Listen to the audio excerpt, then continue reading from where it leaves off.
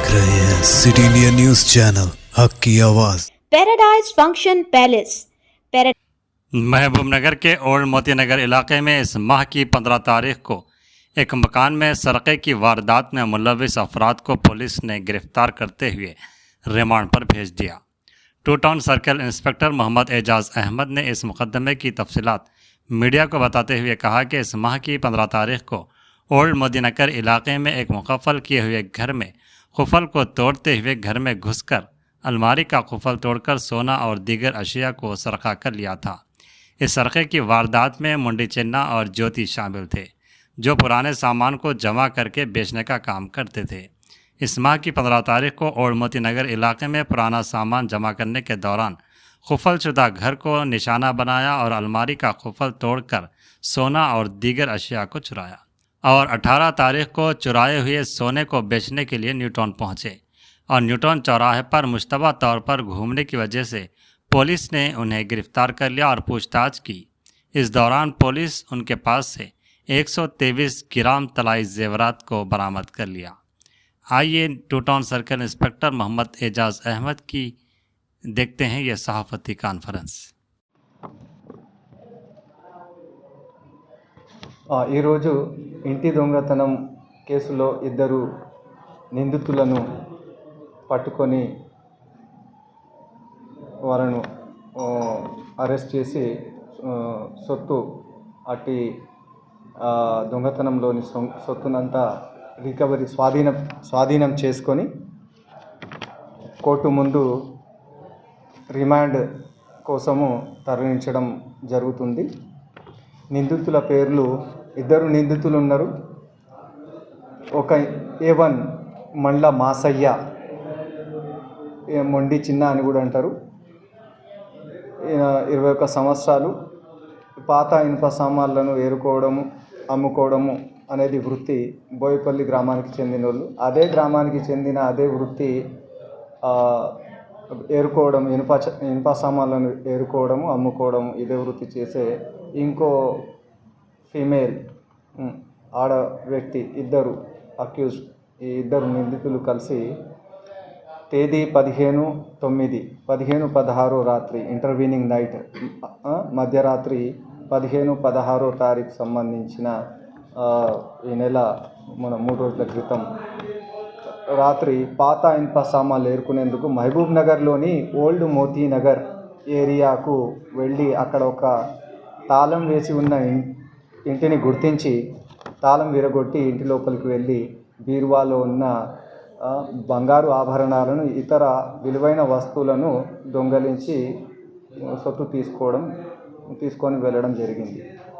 అయితే ఈరోజు తేదీ 18/9/24 రోజు వాటిని అమ్ముకుందామని న్యూటౌన్ చౌరస్తాలో అనుమానాస్పదంగా తిరుగుతుండగా మా క్రైమ్ టీం ఈ కేసు ఛేదించినారు.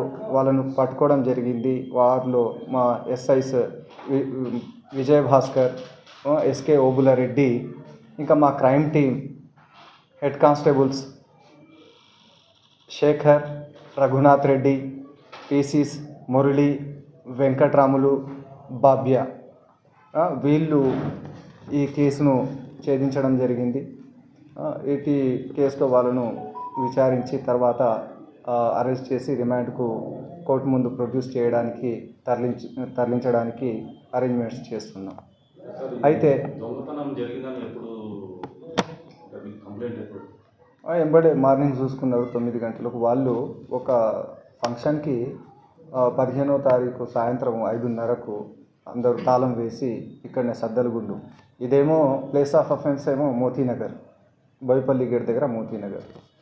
వాళ్ళు తాళం వేసి ఆ ఫంక్షన్ అటెండ్ కావడానికి చివరి పర్సన్ తాళం వేసి సాయంత్రం 5:30 గంటలకు తాళం వేసి అక్కడ రాత్రి ఫంక్షన్కి వెళ్ళడం జరిగింది. సద్దలగుండు, ఇక్కడ స్థానికంగా ఉన్న ఒక ఏరియా సద్దలగుండుకు వెళ్ళడం జరిగింది.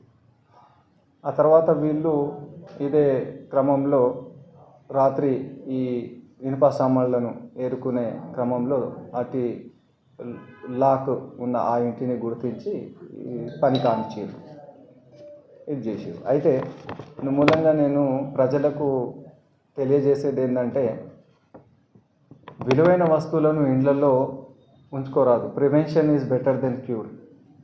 ఉంచుకోరాదు. మళ్ళీ ఎక్కడ ఉంచుకోవాలని అంటే బ్యాంక్ లాకర్లలో ఉంచుకోవాలి, సేఫ్గా ఉంచుకోవాలి.